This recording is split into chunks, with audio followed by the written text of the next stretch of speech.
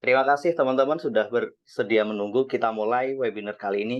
Bismillahirrahmanirrahim. Assalamualaikum warahmatullahi wabarakatuh. Selamat malam semuanya. Salam sehat, salam sejahtera. Alhamdulillah wa syukurillah. Wala haula wala quwata illa billahil aliyil azim. Sangat senang hari ini saya bisa menemui sahabat-sahabat semua, sahabat ruang belajar di Zoom Meet rutin yang kita adakan khusus untuk komunitas ruang belajar. Zoom ini terbuka buat umum, buat teman-teman yang mau belajar boleh, mengundang teman-temannya untuk bergabung di sini juga boleh. Izinkan saya memperkenalkan diri, saya Eko Prasetyo, founder dari Ruang Belajar. Kemudian di sesi ini saya ingin berdiskusi, ingin membahas satu tema yang sangat menarik. Saya adalah seorang terapis, jadi ketika teman-teman bertanya tentang saya apakah seorang motivator, saya lebih menjawab dengan simple, bukan. Saya lebih menyebut saya sebagai life coach editor. Jadi di diskusi kali ini saya tidak akan memberi motivasi apapun kepada teman-teman, tapi saya ingin mengajak teman-teman lebih berpikir, menemukan sudut pandang yang berbeda, dan teman-teman punya kemauan untuk bergerak sendiri. Seorang motivator itu salah satu tugasnya adalah mendorong. Sementara seorang editor salah satu tugasnya adalah menghadirkan sudut pandang berbeda dari sesuatu yang teman-teman sudah miliki. Tidak ada sesuatu yang saya ubah kecuali sudut pandang. Jadi konsepnya juga sangat reflektif. Itu.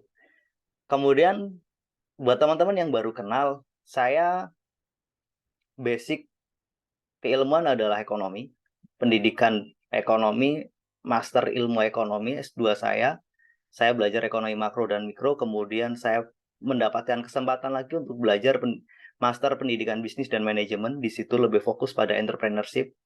Kemudian saya bergeser menekuni bidang pemberdayaan diri, memahami bidang-bidang psikologi, karena keilmuan yang saya pelajari, ilmu ekonomi, ternyata di kulit bawahnya, di bagian dasarnya itu adalah membahas tentang emosi perilaku manusia. Bahwa perilaku manusia itu kadang rasional, kadang juga emosional. Maka di titik itu banyak sekali teori-teori ekonomi itu yang dasar keilmuannya adalah ilmu psikologi. Akhirnya itu yang mendorong saya kemudian belajar hipnoterapi, itu yang mendorong saya kemudian belajar konsep kognitif behavior theory. Jadi CBT itu adalah salah satu teknik-teknik yang kemudian kita pelajari untuk memberikan perlakuan terhadap kognitif kita sehingga kita punya perilaku yang rasional. Kemudian belajar tentang mindfulness.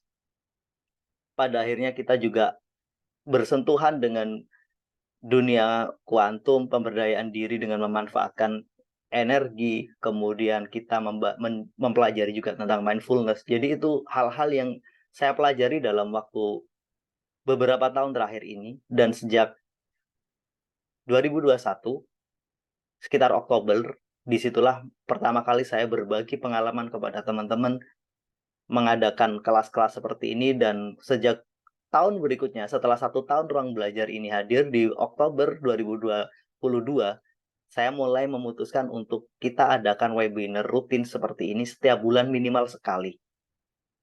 Tema-tema yang saya angkat adalah tema-tema yang kadang menjadi diskusi yang saya alami dalam setiap keseharian saya. Saya adalah seorang terapis, hipnoterapis, kemudian ada klien yang kemudian saya terima, diskusi-diskusi dengan mereka itu kadang menarik, kadang itu juga yang kemudian menjadi fokus saya untuk saya geser, saya angkat menjadi satu tema khusus seperti malam ini. Seminggu yang lalu kita membahas tentang konsep fokus, karena memang itu yang pernah dialami oleh sebagian orang yang susah fokus. Di akhir hari raya kemarin kita membahas tentang tema menunda waktu, karena banyak sekali pertanyaan yang juga saya terima tentang itu. Akhirnya ini menjadi satu tema yang kemudian saya angkat di sini. Move on, saya tertarik. Dalam 2 minggu ini, saya bertemu dengan orang-orang yang tanya seperti ini. Gimana ya caranya move on? Oke. Akhirnya hari ini kita hadir di satu tema, yuk move on. Jadi kenapa kita harus move on? Pertama, hidup kita harus terus berjalan. Jadi move on adalah bagaimana kita cara berdamai dengan masa lalu dan kemudian kita menjemput masa depan yang jauh lebih baik. Jadi bagaimana kita bisa berdamai dengan masa lalu untuk menjemput masa depan yang jauh lebih baik. Ini tema kita hari ini. Saya sendiri hari ini teman-teman, karena kebetulan beberapa tim kami yang biasa membantu, mereka punya aktivitas yang nggak bisa ditunda. Ada keperluan keluarga masing-masing yang harus mereka selesaikan. Jadi dalam kesendirian ini, izinkan saya memulai diskusi ini. Apa yang akan kita pelajari di sini, kita akan membahas beberapa tema ini. Kita akan membahas tentang kenapa kita sulit move on. Itu dulu. Why? Kemudian kita akan membahas, kemudian apa akibatnya kalau kita tetap dalam kondisi yang terpuruk dan nggak bisa move on. Di sesi ketiga, kita akan membahas tentang gimana sih cara efektif agar kita bisa move on. Jadi selalu dimulai dengan apa, mengapa, dan bagaimana. Oke, kita masuk ke sesi yang pertama. Kenapa sih kita sulit move on?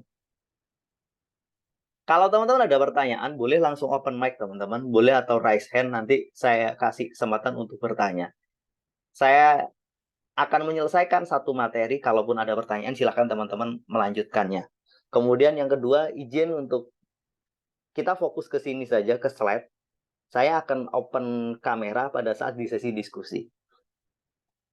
Pertanyaan pertama, kita mulai kenapa kita sulit move on. Sebelum itu, kita akan mendiskusikan ini. Sebenarnya kita itu sulit move on karena pada bidang apa saja. Salah satu hal yang membuat kita sulit move on itu adalah kegagalan. Kegagalan di bidang apa? Kegagalan di cinta, relationship, kegagalan di pekerjaan, atau kegagalan di bisnis. Ini menghasilkan satu situasi di mana kita itu terpuruk dan kita masih terjebak di peristiwa itu. Mungkin peristiwanya 1 tahun yang lalu, 2 tahun yang lalu, tapi rasa sakitnya masih ke bawah sampai saat ini. Kecewanya masih kesimpan sampai saat ini. Hilang semangatnya masih ke bawah sampai dengan hari ini. Kekecewaan karena kita gagal di relationship kita, patah hati. Kekecewaan karena kita mungkin kehilangan pekerjaan kita di PHK. Atau kekecewaan yang muncul karena kegagalan kita. Kondisi-kondisi ini membuat kita sulit move on. Jadi move on tidak selalu kita maknai sebagai cinta. Tapi semua yang gagal, yang pernah terjadi itu punya potensi membuat kita nggak bisa move on. Membuat kita terjebak di situ. Jadi nggak selalu relationship, teman-teman. Nggak selalu pekerjaan juga ada. Kemudian selain kegagalan, apa yang membuat kita potensi terjebak dalam kondisi yang sulit move on? Satu kondisi kehilangan, teman-teman. Perpisahan yang sangat mendadak. Perpisahan yang sangat tidak kita harapkan. Kalau kegagalan itu memang something wrong, broken. Kalau perpisahan itu memang alami. Misal, teman-teman dimutasi kerja. Padahal di tempat lama itu suasananya enak, rumahnya enak, teman-temannya bagus. Kemudian di tempat baru kita menghadapi sesuatu yang berat banget. Nggak sesuai dengan ekspektasi kita, berbeda kondisinya. Akhirnya kita masih selalu membandingkan dan aduh enak di tempat dulu. Jadi kita gagal move on. Jadi perpisahan itu bisa terjadi karena perpisahan dengan pasangan. Mungkin Sang Pencipta telah mentakdirkan kebersamaannya selesai dengan pasangan, dengan keluarga, dengan teman, dengan siapapun. Perpisahan yang sangat tidak kita harapkan itu punya potensi menciptakan sebuah situasi di mana kita gagal move on. Perpisahan bisa jadi juga sebuah kegagalan. Gitu. Artinya kita gagal mempertahankan hubungan sehingga semua berjalan sendiri-sendiri, ya sudah. Kalau perpisahan di dalam kategori yang bawah ini adalah sesuatu yang alamiah, bukan sesuatu yang merupakan sebuah kegagalan. Ada sahabat yang meninggal, kemudian keluarga yang meninggal, itu kan menciptakan sebuah perpisahan yang situasional yang luar biasa. Teman kita kemudian melanjutkan hidupnya, mereka mungkin dapat kerja di tempat baru, itu juga sebuah perpisahan yang memang sebuah alami. Kemudian kita harus terpaksa berpindah tempat tinggal karena pekerjaan kita, karena tugas kita, sekolah. Sekolah juga bagian dari perpisahan. Mungkin kita nggak bisa move on dari kampus lama, dari suasana sekolah dulu ke pekerjaan baru. Intinya satu kondisi alamiah ini punya potensi membuat kita nggak bisa move on. Kita kejebak nih di situ. Pikiran, hati, perasaan kita masih tertinggal di masa lalu. Sementara kita sudah tidak ada di tempat itu, kita sudah tidak ada di situasi itu, kita menghadapi situasi baru, tapi semua ibarat kata nyawa kita ada di situ. Itulah sebuah situasi yang membuat kita gagal move on. Penyebabnya dua hal ini bisa jadi yang membuat kita nggak bisa move on. Pertanyaannya, kenapa sebuah kegagalan membuat kita nggak bisa move on? Kegagalan cinta kenapa nggak bisa move on? Kegagalan di dunia pekerjaan nggak bisa move on? Kegagalan bisnis juga nggak bisa move on? Atau kenapa perpisahan dengan orang-orang yang kita cintai itu membuat kita nggak bisa move on? Atau dengan teman-teman kita? Atau dengan tempat tinggal kita? Atau dengan pekerjaan kita? Atau bahkan mungkin dengan hewan piaraan kita? Kenapa kita nggak bisa move on? Ada banyak faktornya. Ada banyak sumbernya, tapi di kesempatan ini saya akan membahas 3 hal saja, teman-teman. Karena 3 hal itu yang saya pahami. 3 hal itu ini. Kenapa sih kita nggak bisa move on? Pertama, karena kita ingin melupakan. Kita ingin melupakan. Ketika ada niatan melupakan, sejatinya kita sedang mengingat kembali peristiwa itu. Saya ingin melupakan mantan. Sebenarnya kita nggak pernah ingin melupakan. Ketika kata-kata ingin melupakan, kita itu sedang mengingat dia. Mengusir bayangan dia, membahas ini. Semakin kita ingin melupakan, semakin dia datang, semakin kuat, semakin sakit, semakin tidak nyaman. Kegagalan itu ingin saya lupakan. Semakin kita lupakan kegagalan, traumanya semakin berat, semakin besar. Jadi salah satu penyebab, salah satunya karena kita berupaya melupakan. Jadi bukan melupakan, semakin kita melupakan itu semakin berat, teman-teman. Ingin melupakan kenangan dengan sahabat terbaik kita, gak bisa. Kenangan itu tetap ada. Suatu saat akan muncul lagi. Kalau kita ingin melupakan, kita ingin mengusirnya, itu sama saja kita sedang menolak realita yang pernah kita alami di masa lalu. Itu sudah terjadi. Nggak mungkin kita tolak, nggak mungkin kita hapus itu. Mungkin di sini ada yang pernah mencoba ingin melupakan sesuatu, tapi selalu gagal. Semakin dilupakan, semakin malah terasa sangat berat. Semakin dilupakan, malah semakin menjadi beban yang sangat berat. Dia selalu datang.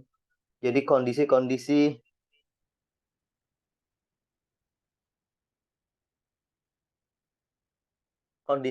itu, kondisi di mana kita berupaya untuk melupakan adalah sebuah kondisi di mana justru kita menggali, membuka ulang memori itu. Yang kedua, teman-teman, serius mencintai harapan. Maksudnya gimana? Oke, ini saya hubungkan dengan relationship. Sadar atau tidak, tolong kata-kata saya di highlight ya, teman-teman. Kalau memang ada yang nggak sepakat, kalau ada yang ingin bertanya setelah di slide ini, saya izinkan, mungkin silakan boleh tulis di chat atau raise hand atau boleh open mic. Sadar atau tidak, kita itu punya potensi tidak mencintai orang lain, tapi mencintai diri sendiri. Sebenarnya kita itu mencintai harapan kita, yang kebetulan harapan itu ada pada orang lain, dan akhirnya kita merasa mencintai dia. Padahal tidak. Setiap kita punya harapan, setiap kita punya keinginan, setiap kita punya ekspektasi. Dan deretan ekspektasi itu kebetulan melekat pada figur seseorang. Dan di situ kita merasa jatuh cinta. Kalau begitu apakah nggak ada benar-benar jatuh cinta, benar-benar mencintai? Ada. Kalau kita benar-benar mencintai, maka biasanya kita nggak bakalan susah untuk move on. Karena part of our life, bagian dari masa lalu itu, akan menjadi kenangan indah yang kita syukuri, bukan kita sesali, bukan kita sedih atas kenangan itu, tapi kita bersyukur. Itu mencintai, teman-teman. Kalau benar-benar kita mencintai. Tapi kalau kita mencintai harapan kita, hasilnya kesedihan. Contohnya begini, mungkin agak membingungkan. Saya berharap seseorang yang sangat baik, kemudian dia pandai melakukan A, B, C, D. Kita punya kriteria ideal lah. Kita punya imajinasi nih tentang seseorang, perhatiannya, semuanya atau apa. Atau mungkin bisa jadi kita nggak punya bayangan itu, tapi kemudian bertemu dengan orang yang seperti itu, dan tanpa sadar, oh ternyata seperti ini loh orang yang saya harapkan. Akhirnya kita nyaman dengan dia, dan kita merasa mencintai dia, padahal enggak. Kita mencintai harapan kita, dan kebetulan harapan-harapan itu ada pada dia. Dari 8 kriteria nih, katakanlah cantik, misalkan seorang cowok cantik, cerdas, pandai masak, perhatian, pengertian, kemudian ibadahnya sangat rajin, apalagi kaya, semua kriteria itu ada pada dia. Karena kebaikan dia, semuanya dan sebagainya, akhirnya kita sangat nyaman dan kita merasa sangat mencintai dia. Padahal sebenarnya kita mencintai harapan kita. Kemudian tiba-tiba dia pergi, kita kecewa. Karena apa? Harapan kita nggak ada lagi. Nggak ada lagi orang yang sesuai dengan kriteria kita. Andai kata kita bertemu dengan orang lain, dan mungkin bukan dia, tapi kriteria harapan itu ada pada dia, bisa jadi kita juga merasa mencintai dia. Jadi kita itu terlalu serius mencintai harapan kita. Saya minta orang yang setia. Kalau ternyata pasangan kita nggak setia dan dia pergi dengan orang lain, kenapa kita sakit? Karena harapan kita nggak terrealisasi. Harapan kita nggak terwujud. Harapan kita nggak tercipta. Sebenarnya di titik ini, ketika ada orang mengatakan, saya mencintai kamu, sejatinya dia sedang mengatakan, saya mencintai harapan saya dan kebetulan ada di diri kamu. Jadi tolong titip jaga harapan-harapan saya ini agar terwujud. Oke, sampai di sini bisa dipahami teman-teman ya. Sebenarnya kita itu lebih mencintai diri kita. Kita mencintai diri kita dan kemudian kita titipkan itu pada orang lain. Orang tua pada anak.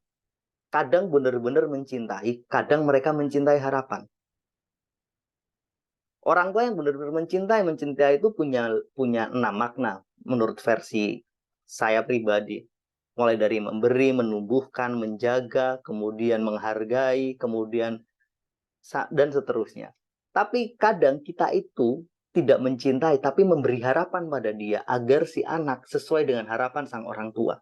Ketika itu tidak terjadi, orang tua kecewa. Mereka marah. Atau kita pada teman kita punya harapan pada dia. Dan ketika harapan yang kita titipkan pada dia itu terwujud semuanya, kita fine, kita nyaman dengan dia. Kalau tidak, konflik mungkin terjadi. Jadi tanpa disadari, kita yang punya harapan terlalu tinggi dan kemudian kita titipkan pada orang lain.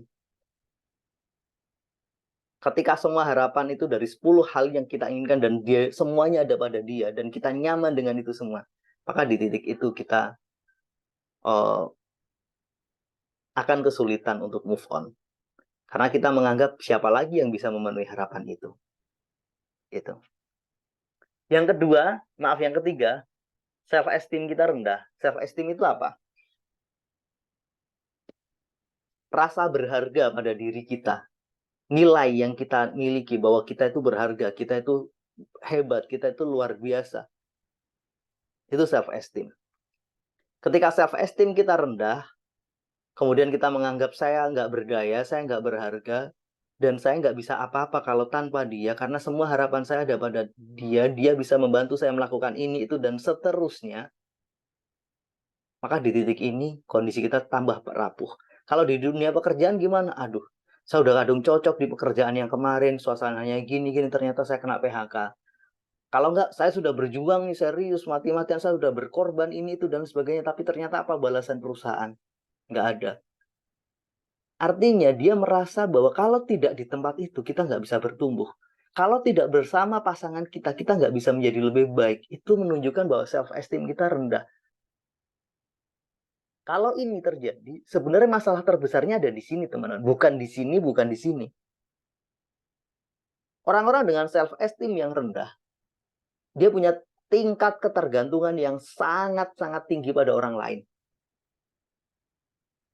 Karena dia merasa nggak mampu, nggak bisa berbuat apa-apa. Maka masalah terbesar sebenarnya di sini. Oke, sebelum saya lanjut, mungkin di sesi ini, ada yang mau berkomentar? Tanya Pak Eko, Boleh, silakan Pak. tadi kan katanya kan apa? Jangan-jangan kita bukan mencintai anak kita, tapi mencintai harapan kita Betul, terhadap anak kita. Memangnya kalau betul. begitu apakah salah gitu Pak Eko? Kan kita juga berharap dia lebih sukses atau berharap dia bermanfaat untuk orang. Bahkan juga kan kita pun ketika berharap seperti itu ya kita barengi dengan ilmu dari Pak Eko bahwa kita juga harus menerima ketika pun ternyata tidak sesuai harapan ya. Kita iringi juga gitu maksudnya dengan Ya. misalnya benar-benar kita ternyata mencintai harapan kita dengan anak begitu Pak Eko. Oke, nggak ada yang salah dengan itu Pak. Yang tidak tepat adalah ketika kita tidak bisa aksepten bahwa harapan itu nggak mampu terwujud. Itu pertama. Yang kedua, jangan-jangan harapan itu versi kita, padahal sebenarnya dia didesain untuk hal yang lain oleh Sang Pencipta. Misal nih, kita berharap dia jadi A. Sebenarnya itu keinginan kita, padahal desain dasar dia bukan jadi A, tapi jadi B. Gitu. Bisa jadi harapan itu harus kita komparasikan dengan realita sebenarnya. Harapan itu juga harus dijaga agar tidak terlalu tinggi, tidak terlalu melampaui realita. Maksudnya begini, segala sesuatu itu paradok. Kita nggak punya harapan salah. Punya harapan terlalu tinggi juga harus berhati-hati. Jadi dengan kita berharap pada anak kita, kepada orang-orang di sekitar kita, nggak ada yang salah di situ. Selama kita mampu menjaga diri agar kita tidak terjebak pada kekecewaan yang mendalam, ketika itu nggak terjadi. Itu. Yang kedua, alangkah lebih bagus kita juga mengimbangi dengan harapan pada diri sendiri, bahwa saya harus lebih baik, bahwa saya harus bertumbuh, agar ketika kita menjadi lebih baik, kita bertumbuh. Maka orang-orang akan melihat kita sebagai life model, utamanya anak-anak kita. Karena kita adalah model, orang tua itu adalah model, role model untuk anak-anak kita. Ketika kita bisa menjadi lebih baik, maka tanpa disadari, sebenarnya izin untuk saya suaranya.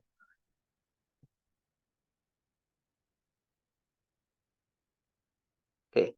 Contoh misalkan, saya ingin anak saya rajin membaca. Maka kasih contoh. Karena pendidikan terbaik adalah kasih contoh. Nggak cuma punya harapan, tapi kita do something dengan ilmu yang tepat, dengan hal yang baik, agar dia mengikuti yang kita inginkan. Yang menjadi masalah adalah kadang kita punya harapan yang terlalu tinggi, tanpa kita melihat diri sendiri.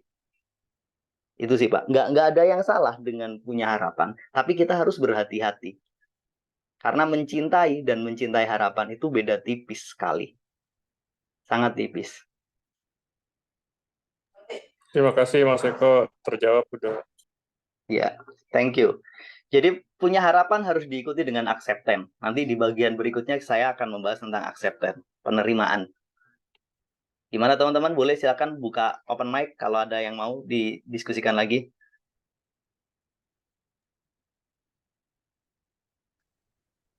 Halo Pak, mau nanya Pak? Silakan. Boleh. Baik, terima kasih Pak. Jika kata ingin melupakan adalah faktor terjadinya gagal move on, Betul. terus gimana cara agar kita move on tanpa harus berpikir ingin melupakan? Oke. Ini kita nanti dibahas di sesi ketiga, tapi saya jelaskan logikanya adalah melupakan adalah bagian dari upaya menolak realita. Upaya untuk, saya nggak menginginkan itu. Pernah bayangkan nggak Bapak dilupakan oleh orang lain? Dianggap nggak ada. Nyaman nggak rasa itu? Rasa dianggap tidak ada itu tidak nyaman. Masa lalu kita bagian dari diri kita. Maka daripada melupakan, kita accept saja. Kita terima realitanya. Kita ridho. Kita ikhlas. Konsep ikhlas itu adalah salah satunya adalah menerima apa yang sudah terjadi. Apa yang sudah terjadi itu sudah menjadi ketetapan Tuhan, ketetapan Allah, nggak bisa diubah lagi, nggak bisa diapa-apakan. Kita tolak, nggak berubah, kita lupakan juga nggak berubah. Karena begini konsepnya, kalau kita melupakan, one day, suatu saat, akan ada satu pemicu. Kita keinget lagi. Dan di titik itu, biasanya emosi kita nggak terkendali. Jadi, sisi negatif melupakan adalah, hari ini kita bisa melupakan, semuanya terkondisikan. Kadang ada faktor eksternal. Kebetulan tadi saya mendiskusikan ini, namanya activated. Saya lupa namanya. Kalau bahasa saya adalah shortcut. Tapi kalau bahasa ilmiahnya ada satu teknik ABC dalam terapi namanya. Jadi B-nya adalah belief, C-nya adalah consequent, A-nya adalah activated condition, nggak salah. Jadi satu kondisi pemicu aktivasi. Satu kondisi yang membuat kita mengingat kembali peristiwa itu. Bisa lagu misalkan. Contoh ada orang yang pengen lupakan mantan. Nggak sengaja dia naik bus keinget satu lagu yang dimana lagu itu adalah satu kenangan yang luar biasa antara dia dengan mantannya. Pertanyaannya, masa kita mau marah pada yang si sopir bus? Itu efek negatif upaya melupakan. Pada saat situasi dan kondisi sesuai dengan harapan kita bisa melupakannya. Bahkan ada orang namanya disebut saja, dia itu wah, kecewanya, marahnya, sedihnya luar biasa. Nyebut nama.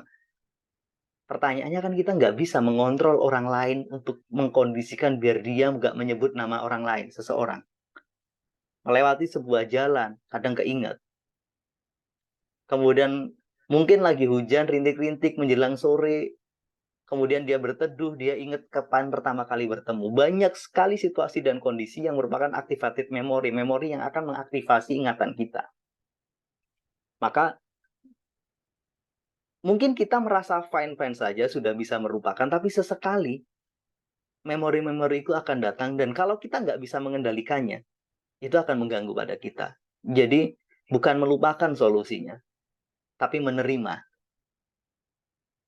yang sudah terjadi. Oh, oke, ini bagian dari cerita masa lalu saya. Lagu ini dulu pernah menjadi bagian dari ingatan saya dengan dia. Kalau kita sudah bisa acceptance, penolakan itu nggak terlalu besar, kesedihan itu nggak akan terlalu terlarut. Kita mampu punya kekuatan untuk mengendalikan sisi emosi kita. Itu sih, Pak. Jadi, kurang lebih kenapa kita jangan berupaya untuk melupakan, tapi lebih baik memilih untuk menerima. Ini salah satu alasannya. Karena kalau melupakan, kita nggak bisa mengontrol faktor-faktor eksternal di luar kita. Banyak hal di luar sana itu yang punya potensi memicu memori dan ingatan kita pada satu peristiwa yang ingin kita lupakan. Gimana Pak John? Baik, terima kasih Pak. Sangat puas. Oke, thank you. Kita lanjut ya, teman-teman. Sebentar, ada mungkin di kolom chat, saya cek dulu ya.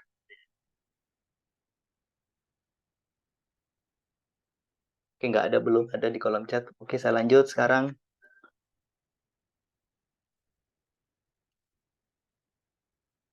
Pertanyaan berikutnya, apa sih akibatnya jika kita gagal move on? Jika kita masih kejebak nih di masa lalu. Ini bayangannya, teman-teman. Orang yang nggak bisa move on itu seperti orang yang dipenjara.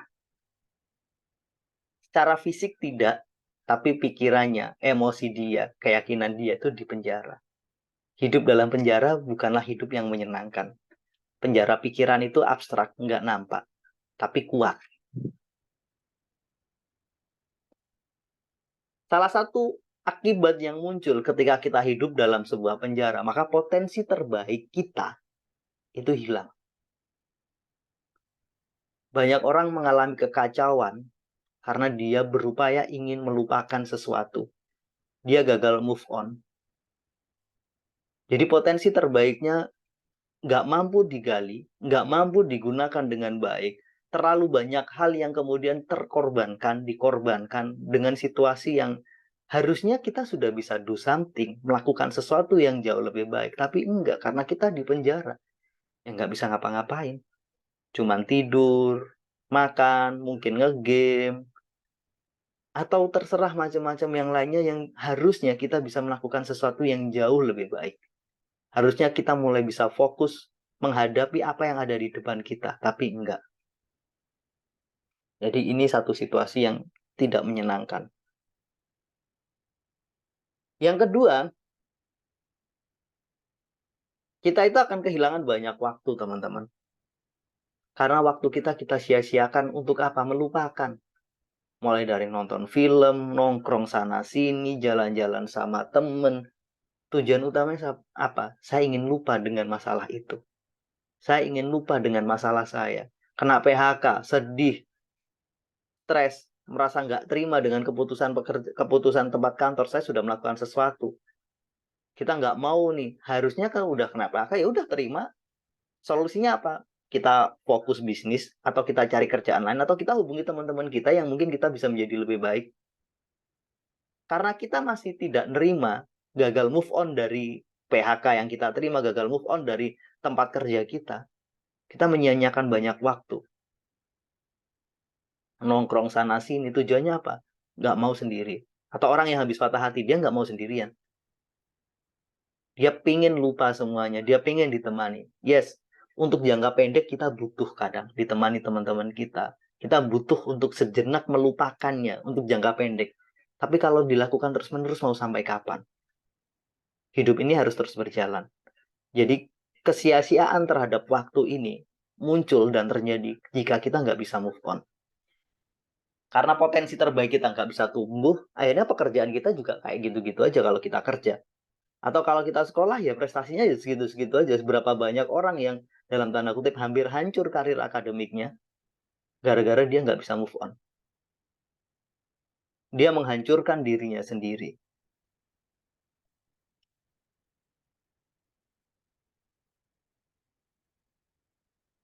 Kemudian dia juga dikuasai oleh emosi negatif. Ada kemarahan dan kebencian.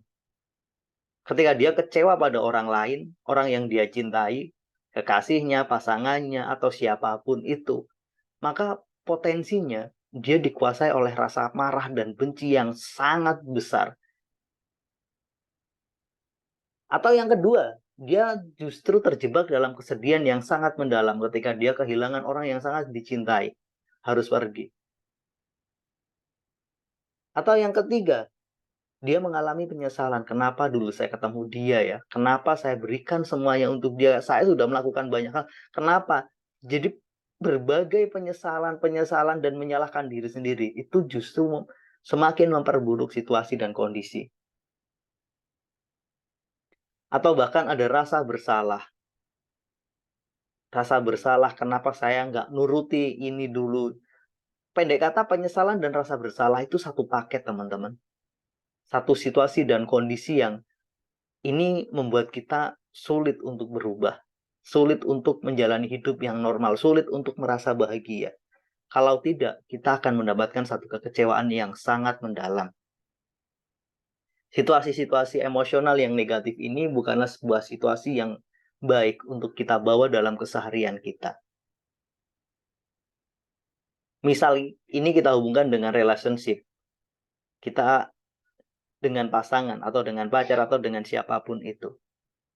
Karena rasa cinta yang sangat mendalam, dianggap dia segalanya, dia yang terbaik, kemudian dia pergi meninggalkan kita.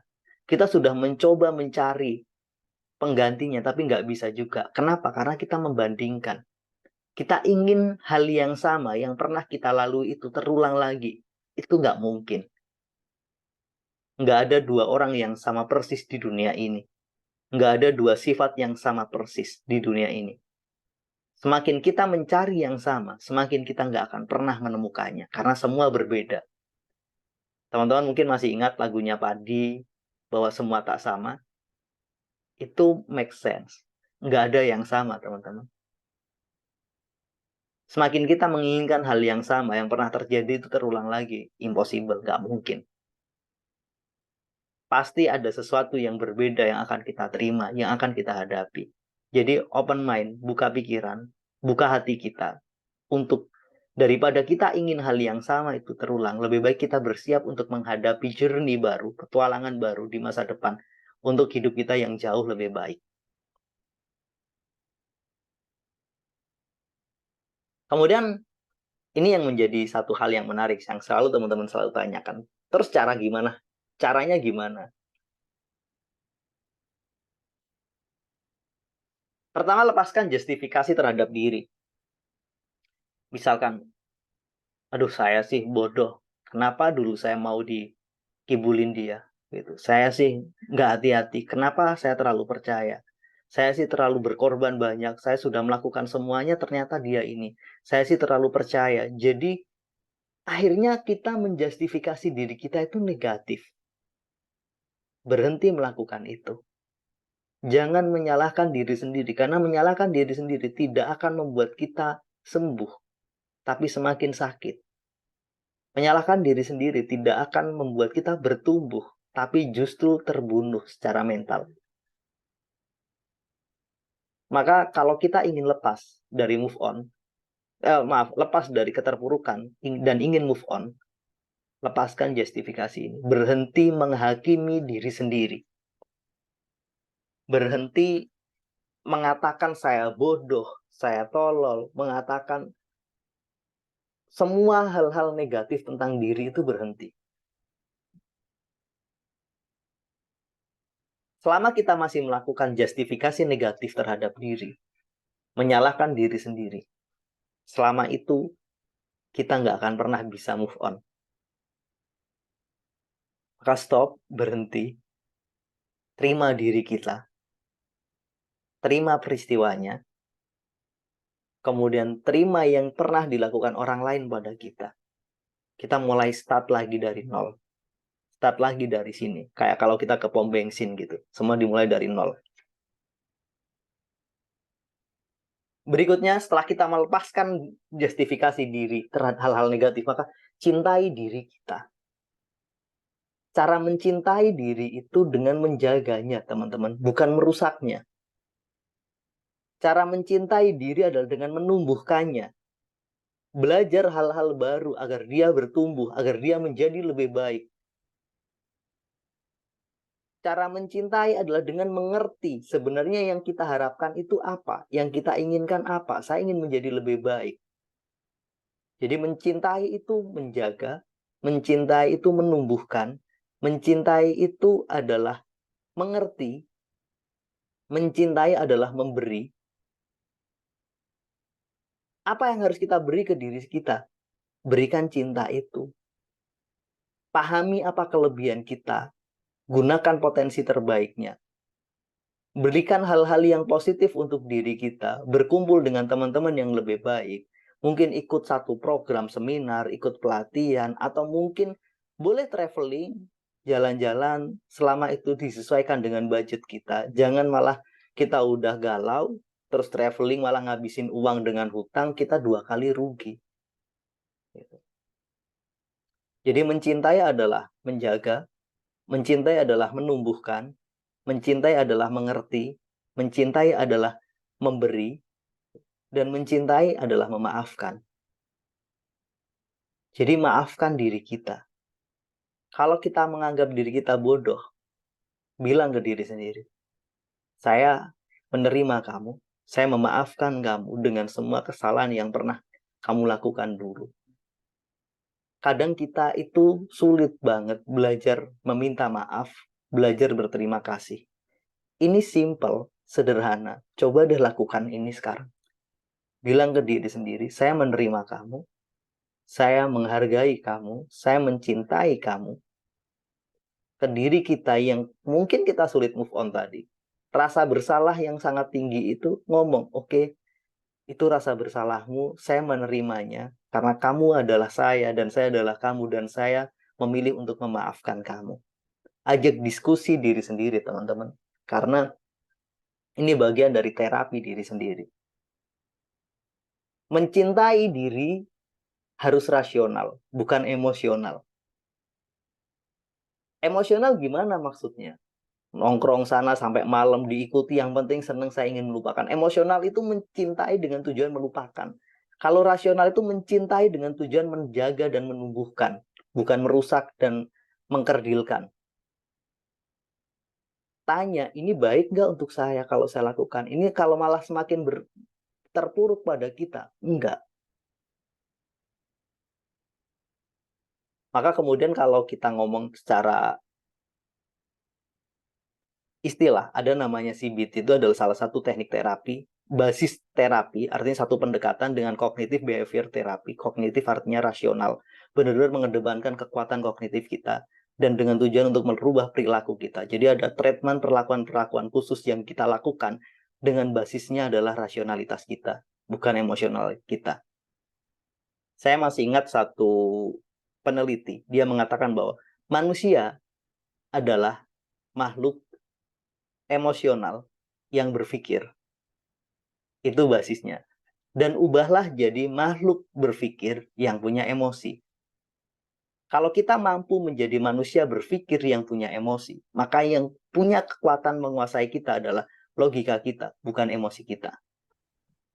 Kalau kita dikuasai oleh emosi kita, emosi itu mendorong kita melakukan hal-hal yang nyaman, yang menyenangkan, yang membuat kita happy.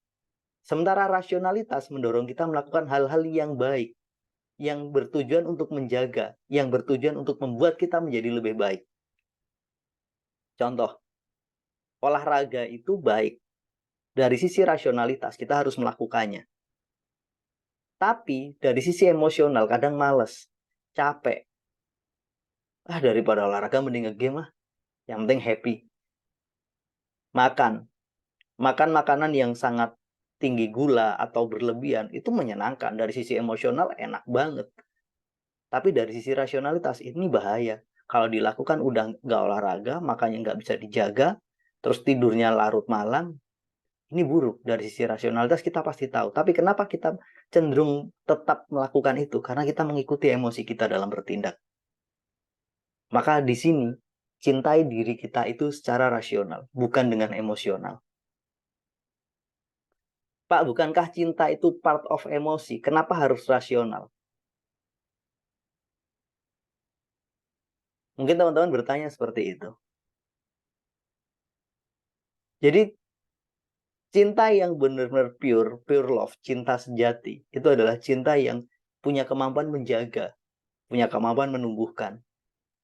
Menjaga dan menumbuhkan yang bisa melakukan siapa? Rasionalitas kita.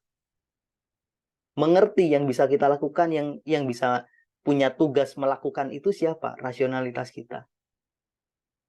Walaupun cinta adalah bagian dari emosi, cuman itu adalah emosi yang di level sangat tinggi. Kalau teman-teman mempelajari law of consciousness-nya Hawkins, cinta itu di posisi yang sangat tinggi. Maka di titik itu, emosi-emosi yang ada di bawah, di force, itu adalah emosi yang cenderung dampaknya nggak terlalu baik. Acceptance bagian dari emosi, itu tapi emosi positif. Understanding bagian dari emosi, itu juga adalah bagian yang positif. Di atasnya lagi kemudian ada love, ada joy, kemudian ada peace, ada enlightenment. Maka sebelum pada titik itu, love itu ada di titik tertinggi ketiga, di bawahnya joy dan love, di bawahnya joy, peace, dan enlightenment. Maka mencintai yang rasional adalah salah satu cara step by step agar kita bisa melepaskan emosi negatif kita. Saya masih ingat pernyataannya Bruce Lipton, dia mengatakan bahwa pikiran yang sadar adalah pikiran yang mampu mengalahkan pikiran bawah sadar kita, lingkungan kita. Artinya, walaupun mungkin dari sisi yang banyak kita kenal bahwa pikiran sadar itu hanya punya pengaruh 5-8% dalam kehidupan kita. Tapi kalau 5% ini mampu kita gunakan dengan sangat baik, dia bisa mengalahkan pengaruh 95% pikiran bawah sadar kita. Maka rasionalitas itu sangat penting, teman-teman. Walaupun nanti punya paradoknya. Teman-teman yang mungkin pernah ikut kelas financial transformasi masih ingat pelajaran kita tentang bersyukur menjadi bodoh gitu. Di materi itu kita benar-benar membahas 3 sisi diri, emosi, keyakinan, dan rasionalitas kita. Kita di titik itu melakukan satu paradok yang sangat berbalik, bahwa rasionalitas kita itu punya keterbatasan yang sangat tinggi. Dan kadang kita harus bersyukur dengan kebodohan itu. Tapi itu dalam konteks yang kita lebih siap. Saya nggak akan membahasnya di sini, karena itu biar tidak menciptakan paradok yang berbeda. Di titik ini saya ingin bilang, cintai diri kita dengan rasional.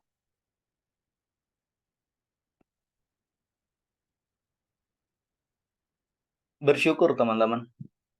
Bersyukur adalah salah satu cara agar kita bisa lepas dari keterpurukan masa lalu kita. Bersyukur atas apa? Selalu cari alasan yang sangat logis, yang rasional, untuk kita bersyukur atas perpisahan atau kegagalan itu. Contoh, mantan meninggalkan kita dan kemudian dia dengan orang lain. Cari satu sisi apa ya yang bisa saya syukuri atas perpisahan ini. Belum ketemu, Pak. Kalau teman-teman sudah bisa menemukan apa yang membuat kita bersyukur atas perpisahan itu, artinya teman-teman sudah bisa siap move on. Di PHK, apa yang membuat kita bersyukur? Di sana dulu bosnya gini, saya nggak punya waktu untuk keluarga. Ini oke, sekarang saya punya waktu. Sekarang berarti saya punya kesempatan bangun bisnis, pindah tempat kerja. Oke, saya punya kesempatan untuk mewujudkan ide-ide saya yang jauh lebih baik. Selalu cari alasan untuk kita bersyukur atas apa yang sudah kita lalui. Kalau kita sudah mampu menemukan ini, mungkin kita praktekkan. Saya kasih teman-teman waktu 2-3 menit. Apa sih yang teman-teman ingin move on, ingin pindah, ingin segera bergeser? Entah mungkin perpisahan dengan pacar, dengan mantan, dengan teman, dengan siapapun itu, atau hal-hal yang nggak ingin dikehendaki. Coba cari alasan. Apa yang harus saya syukuri atas perpisahan ini? Apa yang membuat saya bisa mengatakan, Tuhan terima kasih.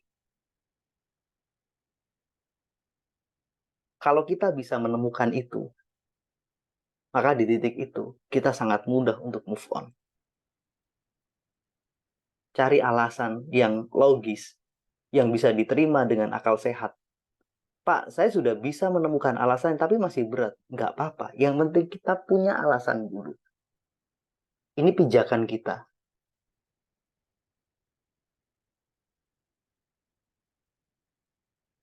Yang berikutnya adalah acceptance, penerimaan. Kita harus ridho. Karena kita nggak punya pilihan. Semua yang sudah terjadi nggak bisa kita tolak. Penolakan menghasilkan rasa sakit. Penolakan membuat kita tambah sulit untuk move on.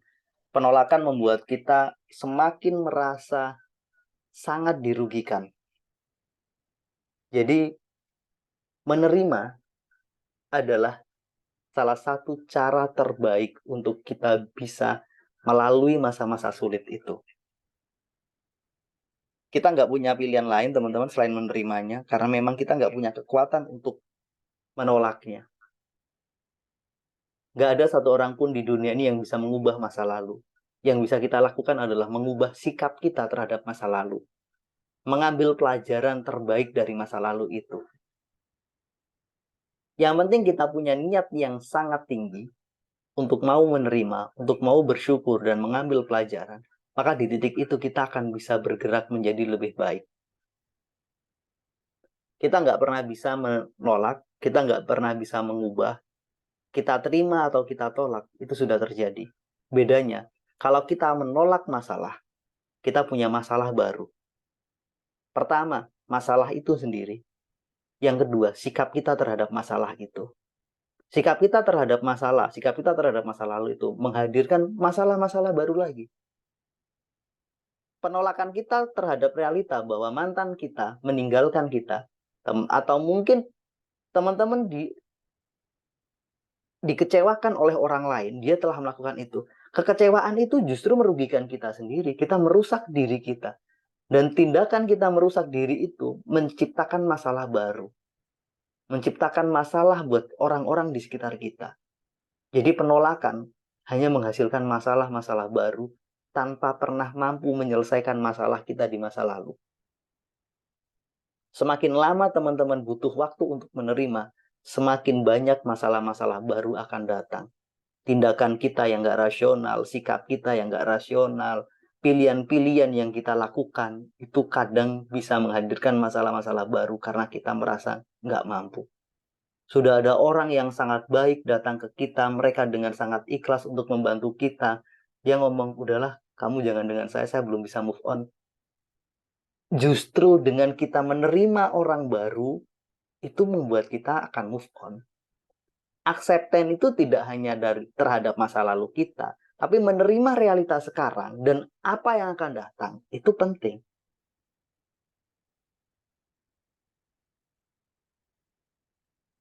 Yang terakhir, yang berikutnya, teman-teman, lakukan sesuatu dengan berbeda. Kalau biasanya nih, misal kemarin teman-teman punya pacar atau punya ini atau punya kenangan selalu melakukan hal yang misalkan makan di tempat yang sama, maka coba lakukan cari tempat berbeda. Kalau biasanya saya tertarik dengan A, coba hal-hal baru yang belum pernah kita lakukan. Benar-benar yang di hal baru itu nggak ada memori masa lalunya. Biasanya makan mie, coba sekarang makan nasi goreng misalkan. Biasanya melakukan A, sekarang lakukan B. Mungkin biasanya saya senang nonton bola, coba sekarang nikmati basket deh. Itu akan bertemu dengan hal baru di situ, yang di situ nggak ada memori-memori yang membawa kita ingat ke masa lalu itu. Jadi dengan aktivitas baru dan menikmati yang ada di tempat yang baru itu keren. Itu akan membuat kita lebih nyaman. Kalau ternyata apa yang ada di depan kita terima, kalau benar-benar berbeda, lakukan itu dengan enjoy. Kita hanya butuh waktu sebentar kok untuk beradaptasi. Gitu. Semakin lama kita menolak, semakin panjang waktu adaptasi kita. Jadi kuncinya lagi ada di acceptance ini, teman-teman, sebelum kita melakukan hal baru. Setelah kita mau menerima dan menerima yang ada sekarang, apapun yang mau akan datang, ini akan membuat kita jauh lebih mudah untuk move on. Apakah saya nggak pernah terjebak dalam situasi yang gagal move on? Pernah, teman-teman. Ketika saya berpindah tempat tinggal, gara-gara pekerjaan yang membawa saya terjebak pada satu lingkungan yang sangat jauh dari ekspektasi saya. Berat, kecewa, sedih, gitu. Nggak punya teman diskusi, nggak bisa melakukan hal-hal yang saya sukai. Awalnya shock, kecewa, gitu, sedih, iya. Tapi kemudian pelan namun pasti realita ini harus saya terima. Setiap orang butuh waktu berbeda-beda untuk menerima sebuah realita. Maka ketika kita menemukan fase itu, fase transisi dari menolak menjadi menerima, maka bersabarlah di dalamnya. Akhirnya yang saya lakukan, kadang melakukan hal-hal yang konyol yang mungkin nggak pernah kita pikirkan pada saat penolakan itu terjadi. Tapi pada saat kita mulai menerimanya, di situ yang kita lakukan adalah kita akan mendapatkan hal-hal baru yang sampai pada satu titik, saya bersyukur ada di tempat ini. Kalau saya tidak di sini, mungkin saya tidak akan ada di posisi ini. Sampai pada saya ada di titik itu setelah perjalanan panjang di mana saya menolak realita pekerjaan saya, tempat tinggal saya. Itu satu kondisi yang dimana nggak menyenangkan sekali. Dalam situasi yang seperti itu, yang saya lakukan adalah saya masih tetap berhubungan dengan orang-orang di masa lalu saya, teman-teman saya di tempat kerja saya lama, di lingkungan kerja saya dulu, di tempat tinggal saya dulu. Saya selalu berhubungan dengan mereka, seolah-olah saya menjadi bagian mereka. Dan ternyata itu semakin membuat semuanya nggak baik. Akhirnya saya putuskan saya membangun satu relasi baru dengan komunitas baru, dengan lingkungan baru, dan saya berupaya untuk menerima yang ada di sini. Saya berproses di sini, dan akhirnya itu menghantarkan saya pada titik ini. Jadi melakukan hal baru dengan acceptance, ini salah satu cara yang membuat kita merasa nyaman, mudah untuk move on. Bagaimana dengan relationship? Nggak bisa move on dari mantan misalkan. Kalau dulu mantannya adalah orang yang feminim, rambut panjang, Coba sekarang cari orang yang membangun relationship yang sangat berbeda, yang sangat di luar pikiran kita kemarin gitu. Mungkin seorang atlet yang kemudian cinta sport, yang senang ini, mencoba menikmati dunia berbeda agar kita nggak menciptakan komparasi. Kalau kita masih mencari hal yang sama, akhirnya kita membandingkan, dan pembandingan-pembandingan itu tidak menyenangkan. Tidak akan pernah ada yang sama persis. Bagaimana jika ternyata kita sudah nikah, tapi masih aja pikiran pada masa lalu kita? Maka pilihannya satu, cintai yang ada di depan kita. Berdoa kepada Tuhan, Tuhan izinkan saya mencintai pasangan saya. Karena itu dulu yang saya lakukan ketika saya menikah. Saya bertemu dengan orang yang sangat berbeda. Dengan semua hal, saya punya satu kriteria tentang wanita ideal untuk saya. Saya buang semua kriteria itu. Saya ciptakan satu harapan baru, benar-benar berbeda. Setelah itu saya berdoa, ya Allah izinkan saya mencintai orang yang menjadi istri saya hari ini. Jadi sekadar sharing pengalaman teman-teman, ketika saya menikah, saya ngomong dengan rasional kepada istri saya tentang perasaan saya bahwa saya akan mencoba mencintai kamu. Benar-benar mencintai, bukan harapan. Jadi saya berusaha untuk menjaga, menumbuhkan, dan pada satu titik akhirnya saya bersyukur mendapatkan satu rasa yang luar biasa baik, sehingga bersikap netral terhadap masa lalu kita di masa lalu itu mampu dilakukan. Walaupun memang itu butuh proses, teman-teman. Jadi bukan hal yang instan. Jadi hal yang berbeda, benar-benar berbeda, itu sangat membantu kita agar kita tidak melakukan komparasi, tidak melakukan perbandingan-perbandingan, karena nggak ada orang yang sama persis. Oke, kurang lebih itu dulu teman-teman sebelum saya lanjut. Mungkin ada pertanyaan. Silakan, mungkin boleh langsung open mic saja atau sebentar saya bacakan di komentar.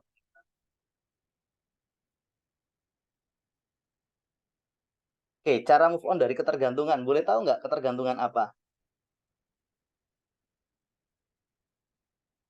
Misalkan ketergantungan HP, atau apa, rokok, atau apapun itu. Maka mungkin ciptakan ada satu proses terapi yang sangat ekstrim, di mana kita melakukan satu hal yang benar-benar mengubah persepsi kita. Teman-teman paham hukum Gosen? Hukum Gosen itu kalau kita nyoba sekali rasanya seneng, dua kali seneng, mulai semakin lama, semakin lama, semakin lama, sampai kita nggak ada rasa senengnya sama sekali. Sampai titik bosannya muncul. Saya pernah pada saat sangat seneng main game, gitu, atau sangat seneng nonton film, saya sengaja nonton film itu sekitar 4 hari berturut-turut, nggak kemana-mana, sampai saya udah nggak mau nonton film lagi. Setelah itu, oke, saya lepas. Artinya itu agak ekstrim, gitu. Jadi lakukan sesuatu yang sampai pada titik, mungkin teman-teman pernah dulu, di zaman saya sekolah dulu, ketika ada teman-teman saya yang merokok, sama guru BK dipanggil, dikasih rokok banyak sekali, suruh ngabisin sampai dia batuk-batuk, sampai apa dan sebagainya, sampai dia menciptakan udah kapok, saya nggak mau lakukan ini lagi. Jadi titik itu mengubah persepsi dari rasa nyaman menjadi rasa tidak nyaman, itu punya kemampuan untuk mengubah kita. Pak, gimana kalau narkoba? Ya, jangan teman-teman, jangan lakukan itu, bisa meninggal kita karena overdosis dan lain sebagainya. Bagaimana kalau miras? Ya juga jangan. Jadi sesuatu selama itu tidak berbahaya, boleh pakai teknik itu. Menciptakan satu persepsi yang sangat-sangat negatif ketika kita melakukan itu sampai pada titik tertingginya. Akhirnya kita nggak mau melakukan itu lagi. Kayak kita bosen terhadap motor, kayak kita bosen terhadap mobil. Akhirnya kan lama-lama nggak menarik lagi. Gitu. Jadi untuk pertanyaan bagaimana cara menjaga menghilangkan ketergantungan gitu. Sebentar, saya lagi bacakan lagi, buka kolom chat. Oke, ada izin bertanya.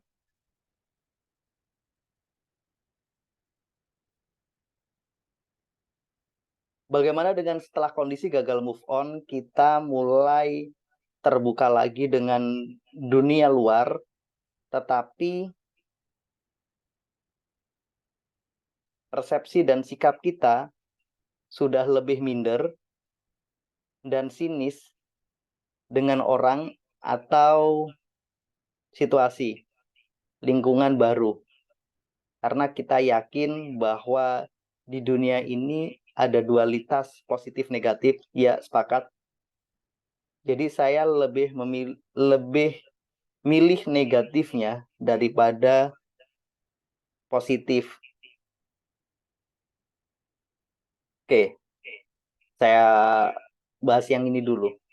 Kita sudah bisa move on, kita mencoba menghadapi dunia baru, tapi sebenarnya kita menghadapi dunia baru itu dengan situasi ini. Bentar, kita situasi terpenjara. Terpenjara oleh apa? Keyakinan kita. Ada dua pilihan, positif dan negatif, tapi kita memilih negatifnya. Sebenarnya lebih baik kita siap dengan dua-duanya. Itu netral namanya. Kita netral dengan situasi yang netral itu membuat kita siap dengan semua kondisi. Semua mungkin ketika kita bertemu misalkan dengan perempuan, oke, atau dengan laki-laki. Cowok itu ada yang baik, ada yang buruk. Saya mungkin bertemu mereka yang baik, saya juga mungkin bertemu dengan mereka yang buruk. Maka di titik ini kita berdoa kepada Tuhan, Tuhan izinkan saya hanya bertemu dengan orang yang baik saja. Itu boleh teman-teman. Tuhan itu sesuai dengan prasangka kita. Maka kalau kita mampu memilih persepsi yang positif dan kita kuatkan hubungan itu dengan Sang Pencipta dan kita memintanya dengan keyakinan yang bahwa dengan izin Tuhan, dengan izin Allah, semua pasti bisa.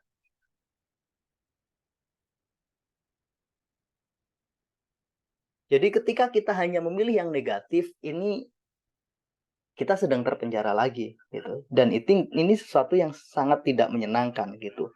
Dualitas itu ada, benar. Logika, rasionalitas itu baik pada batas tertentu. Tapi pada batas yang lain, logika dan rasionalitas itu menciptakan egois. Mau justru menghadirkan kekhawatiran pada titik yang lainnya. Jadi emosi itu baik pada titik tertentu, pada titik yang lain dia juga punya bahayanya sendiri. Jadi dualitas adalah hukum dasar alam semesta ini.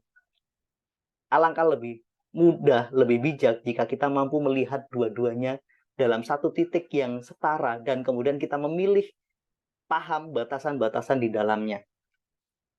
Manusia dikasih logika akal sehat ini agar kita mampu menyikapi dualitas dengan sangat tepat, teman-teman. Karena memang itu sifat dasarnya. Kemudian pertanyaan berikutnya, bagaimana caranya ketika kita ingin move on? Benar, ketika kita ingin move on dengan menerima perbedaan seseorang yang menyakiti hati sehingga kita merasa terpuruk. Namun orang tersebut adalah rekan kerja kita sendiri dan harus bertemu setiap hari. Oke, jadi mungkin kita pernah punya satu hubungan spesial dengan orang itu, kebetulan rekan kerja, dan kemudian semua sudah selesai dan kita ingin berpisah, sudah terpaksa berpisah, mungkin seperti itu. Padahal dia pernah menyakiti kita dan kita setiap hari bertemu. Maka di titik itulah, maka saya ngomong tadi, bukan melupakan solusinya, tapi menerima. Jadi bagaimana caranya? Pertama, Tuhan, ini sudah terjadi, saya nggak bisa mengubahnya. Yang terjadi kemarin, hari ini saya juga bisa bertemu dengan dia setiap saat. Maka cara terbaik adalah accept dan terima bahwa oke, saya memaafkan dia. Saya nggak bisa memaafkan, Pak. Justru ketika kita tidak bisa memaafkan itulah, kita akan sulit sekali untuk bisa move on. Nggak usah bersaing, apalagi menunjukkan bahwa saya pasti akan bisa dapat yang lebih baik dari kamu. Enggak, kita akan rugi. Terima, maafkan, dan kita berserah kepada Sang Pencipta. Hidup kita sudah ada yang ngatur, maka terima saja. Mungkin teman-teman bisa melakukan ini tadi, yang saya sampaikan, cari cara agar saya bisa bersyukur karena saya telah berpisah dengan dia. Cari alasan yang logis, yang membuat saya, oke, ini luar biasa. Karena saya sudah nggak bareng dengan dia, saya bisa melakukan ini yang dulu nggak pernah bisa saya lakukan ketika saya masih dengan dia. Selain kita terima, kita memaafkan, cari satu kekuatan, logika, rasionalitas yang membuat ini sesuatu yang sangat baik, perpisahan ini. Dengan kita melakukan ini, tapi saya ketemu dia setiap hari. Ya ketika kita ketemu dan masih ingat lagi berdoa, Tuhan saya masih marah pada dia. Nggak apa-apa teman-teman, kita akui perasaan itu. Saya masih marah dengan dia. Saya masih kecewa dengan dia. Bantu saya. Yang membolak-balikan hati kita itu Sang Pencipta. Maka cara terbaik adalah kita diskusi dengan dia. Dan kita mencari cara. Beri saya petunjuk agar saya bisa bersyukur atas perpisahan ini. Kalau memang kita belum bisa. Oke. Sebentar, di bawah lagi ada tanya bagaimana dengan ketergantungan terhadap HP. Ya, ini problem hampir setiap orang. Saya menyarankan punya waktu. Pertama, bangun tidur, jangan pernah pegang HP. Mau tidur, jangan pernah pegang HP. Matikan. Kalau saya selalu punya alasan untuk berpisah dengan HP di malam hari, lewat apa? Saya cas HP saya. Biar besok bisa saya pakai. Gitu. Udah saya cas, udah masuk. Pilih alternatif, kegiatan terakhir kita adalah bukan dengan HP. Mungkin berdoa, baca Al-Quran, buat yang muslim, atau meditasi, atau apapun itu. Cari satu alternatif, intinya bukan. Pagi hari dan malam hari, itu adalah fase yang sangat rawan. Hal terakhir yang kita lakukan di malam hari, dan hal terakhir yang kita lakukan hal pertama yang kita lakukan di pagi hari, ini punya potensi menjadi anchor, menjadi jangkar di pikiran kita, sehingga kita punya ketergantungan yang sangat tinggi. Jadi, hal terakhir jangan dengan HP, hal pertama juga jangan dengan HP. Bangun mungkin, sholat, habis sholat. Saya punya satu trik, 1 jam setelah bangun tidur, boleh pegang HP. 1 jam sebelum tidur, harus lepas HP. Mungkin dua latihan itu dulu aja yang bisa dilakukan. Kemudian kita punya batasan. Batasannya apa? Ketika kerja, ya udah HP di offline dulu sementara. Atau memang ketika kita kerjanya pakai HP, nggak apa-apa diniatkan kita bekerja dengan HP. Selesai kita harus punya waktu untuk diri sendiri untuk berpisah dengan sengaja. Silakan teman-teman bikin jadwal kapan saya boleh pegang HP, kapan saya tidak. Contoh yang saya lakukan, sekitar jam 5:30 sampai dengan jam 7 malam, kita berupaya untuk yuk HP ditaruh bareng-bareng, ngumpul dengan keluarga, ngumpul dengan anak, dengan istri saya, kita main bareng-bareng, kita ngobrol atau sekedar makan atau apapun itu. Saya punya satu kebiasaan ketika saya makan, HP saya letakkan. Saya berupaya untuk itu. Ketika ada telepon atau apapun, bahkan kadang ketika saya dengan istri saya, sengaja saya offline, biar kalaupun ada telepon saya nggak tahu, biar saya benar-benar fokus menikmati suasana makan. Ketika saya makan dengan anak atau dengan teman-teman saya berusaha untuk, utamanya di rumah, ketika makan dan itu posisi di rumah, HP saya taruh jauh. Jadi itu contoh kalau dengan HP. Jadi kita harus punya sikap yang tegas nih. Bagaimana caranya untuk berdamai dengan HP.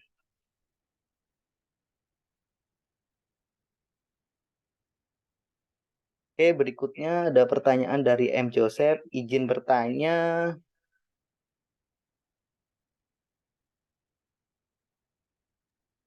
Bentar Mas Eko, sebelum lanjut Boleh? maaf. Boleh Pak John. Nggih, tadi kan sarannya Mas Eko itu 1 jam setelah bangun tidur, usahakan jangan pegang HP, nggih. Betul. Itu kalau kita terbiasa dengan harus ada alarm gitu Mas, hanya sekedar alarm nggak apa-apa nggih? Nggak apa-apa sih, tapi kalau saya pakai jam Pak, saya punya jam yang kemudian di jam itu ada alarmnya. Oh, Jam jam tangan. alarmnya, jam waker, jam Ada tangan itu ya.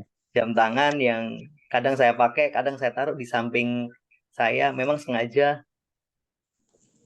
Gimana caranya, untuk alasan apapun, HP itu ada di luar kamar sih Pak. Baik Mas Eko. Siap praktek insya Allah. Makasih Mas Eko. Ya, oke, izin saya lanjut ke Pak Yosep tadi. Saya bacakan.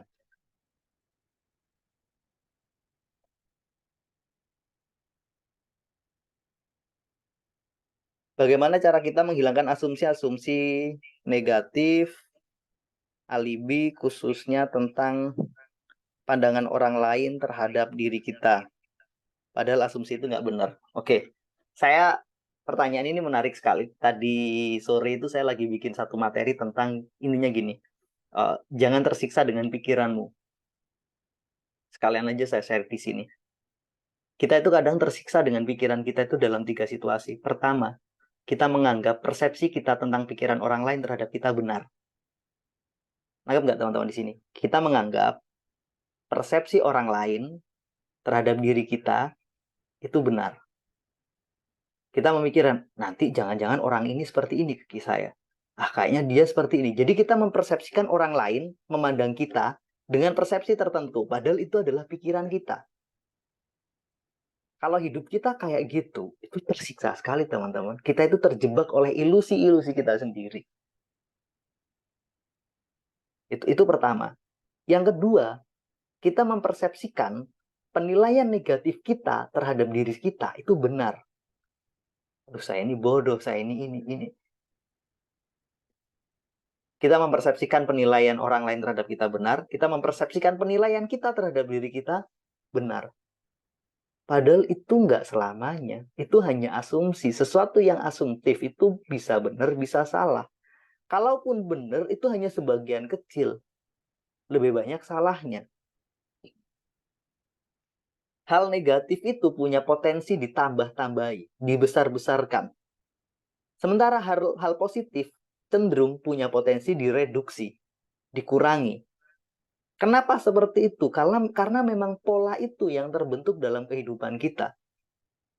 Pola-pola mereduksi hal positif dan memperbesar hal negatif itu kita lakukan lewat apa? Lewat ghibah, ngerasani orang lain, gosip, terus berita. Bad news is good news buat dunia jurnalistik sebagian. Hal-hal buruk itu jadi berita baik. Karena kita terkonstruksi oleh situasi yang kayak gitu terus-menerus di media sosial, kemudian di TV, lingkungan. Akhirnya itu ke bawah dalam pikiran bawah sadar. Hal negatif itu kemudian diamplifikasi itu diperbesar seolah-olah benar. Jadi apapun persepsi negatif kita, kalaupun ada benarnya, anggap cuma 20%. Yang 80% pasti salah. Karena itu melebih-lebihkan persepsi negatif itu. Jadi itu rumus dasarnya aja. Kalau kita nggak bisa ngomong, itu nggak mungkin, itu salah. Yang ngomong aja, itu cuma 20% yang benar pikiran saya itu, yang 80% salah. Dengan kuantifikasi yang konkret, membuat kita itu lebih enak komparatif. Teman-teman harus ingat, pikiran kita harus kita ajak kerja dengan konkret, dengan jelas. Jangan dengan abstrak. Semakin abstrak dia, semakin kuat sisi emosional yang terlibat. Semakin konkret dia, semakin jelas hitung-hitungannya, semakin kuat sisi rasionalitas kita yang terlibat. Maka mencintai dengan rasional itu lebih mudah kalau ada hitung-hitungan angkanya. Gimana cara mereduksinya itu tadi? Kayaknya orang ini berpikir ini, nanya, kira-kira berapa itu persentase sebenarnya? Maka dengan rumus yang barusan kita diskusikan, hanya 20% persepsi negatif kita itu benar. Yang 80% salah. Ya udah. Itu simple banget untuk mengajak kita. Ketika muncul pikiran negatif, ini cuma 20%. Kamu salah gitu. Kamu jangan sok tahu. Seperti itu teman-teman. Jadi rumus simpelnya adalah anggap saja persepsi negatif itu hanya 20% yang benar, 80% salah. Membuat kita lebih objektif, lebih enak diajak hitung-hitungan gitu. Satu contoh nih di dunia marketing, diskon 50% dengan beli satu gratis satu, kira-kira lebih tertarik mana teman-teman? Beli satu gratis satu, diskon 50%.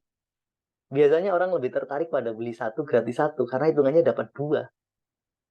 Padahal kalau diskon 50%, kita mengeluarkan uang yang lebih sedikit untuk membeli satu barang. Kalau beli satu gratis satu, kita keluar uang lebih banyak untuk beli 2 barang. Gitu. Ya itulah manipulasi pikiran kita, manipulasi otak kita. Oke, mungkin ada lagi yang mau open mic, teman-teman?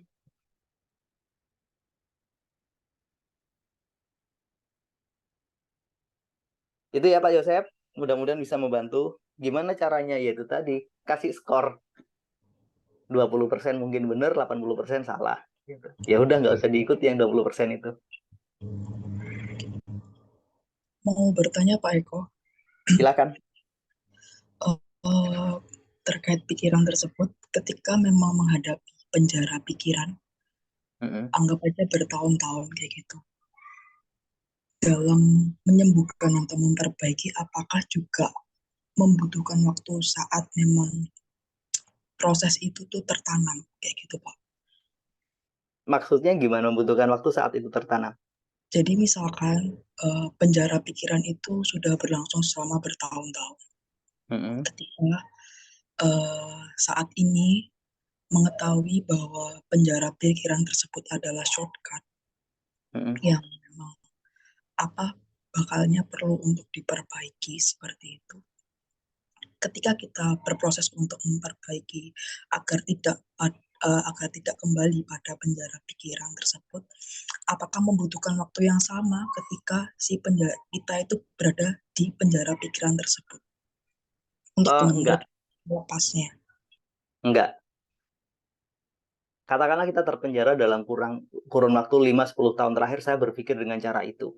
Apakah kita butuh waktu 5-10 tahun juga untuk mengubahnya? Tidak. Kalau kita mau serius, dalam hitungan 3 bulan kita bisa berubah kok.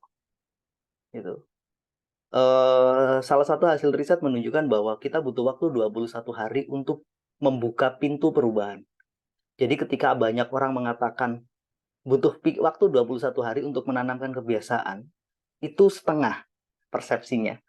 Yang benar adalah 21 hari itu untuk membuka pintu perubahan. Kemudian kita butuh waktu sekitar rata-rata 45 hari sampai dengan 90 hari untuk ibarat kata menjaga perubahan itu agar konsisten. Kalau kita sudah bisa melampaui 100 hari dalam proses transformasi diri itu, kalaupun kita turun, ini dalam 100 hari ini kita konsisten nih berproses, melakukan satu proses terapi. Katakanlah skornya di angka 8. Kalaupun di hari ke 101, 102 kita nggak konsisten lagi, kalaupun turun, kalau mungkin dari awalnya kita di skor 4, sekarang kita sudah ada di 6 dan 7. Perubahannya sudah sangat besar. Maka siap nggak berproses dalam kurang lebih 100 hari itu? Proses transformasi. Makanya saya punya satu kelas privat yang itu 100 hari yang kita lakukan dengan benar-benar one on one. Jadi ada terapi pribadi yang saya lakukan dengan klien-klien atau dengan teman-teman yang memang membutuhkan untuk melakukan program khusus karena memang mereka butuh bantuan. Karena asumsinya itu, ketika dalam 100 hari ini mereka mau konsisten, itu sudah transformasinya lumayan besar sekali. Gitu. Yang kedua, kalau memang kita kesulitan, gitu, mungkin ikut yang 21 hari pertama. Gitu. 21 hari pertama, di situ saya punya satu kelas mental block terapi, di situ kita benar-benar mencoba untuk membongkar penjara pikiran kita yang membuat kita susah move on sebagai level awal. Kalau ingin lanjut gimana? Ikut kelasnya lagi, lakukan lagi, karena kelas mental block terapi itu saya lakukan berulang. Setiap sekitar 2-3 bulan sekali kita ada lagi. Dan teman-teman yang sudah pernah ikut di dalamnya, mereka akan sama-sama berproses, tahap demi tahap, naik satu level ke level berikutnya. Seberapa cepat mereka, semua benar-benar tergantung pada upaya kita dan izin Sang Pencipta. Gitu. Kayak tadi di sini ada Pak John. Sudah hampir berapa lama Pak kita berproses bareng-bareng belajar? Halo Pak John. Oke, thank you. Mungkin Pak John lagi ini.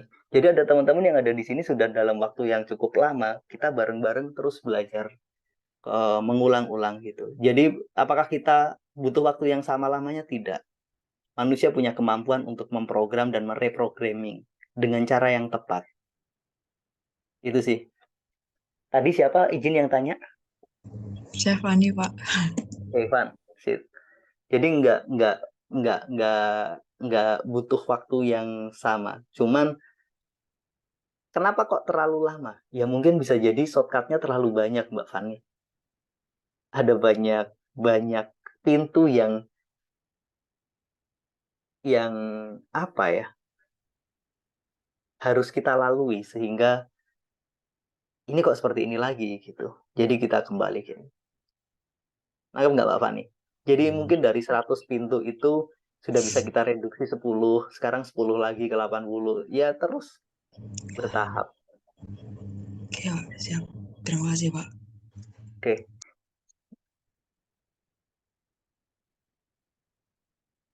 Cukup teman-teman? Ada lagi?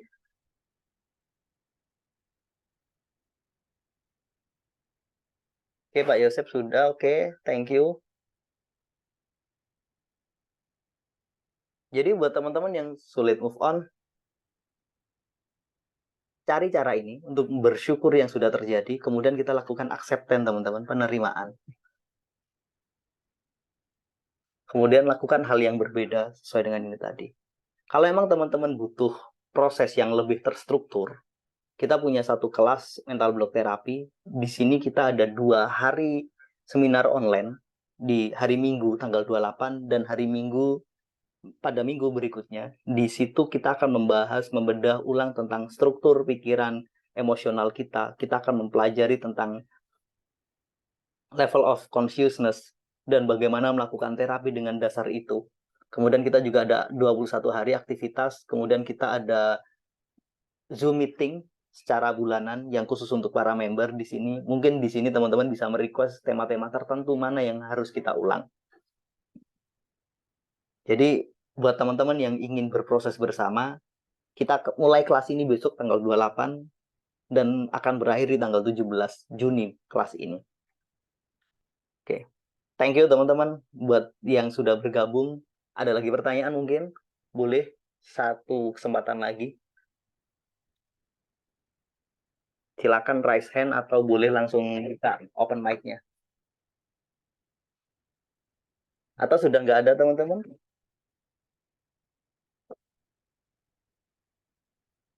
Cukup? Boleh dong ditulis di kolom chat responnya.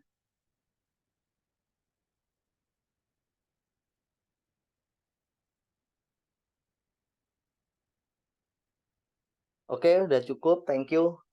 So, buat teman-teman yang ingin berproses lebih lanjut, satu hal yang pasti teman-teman, kalau kita ingin memperbaiki mobil, kadang kita butuh pergi ke bengkel untuk memperbaikinya.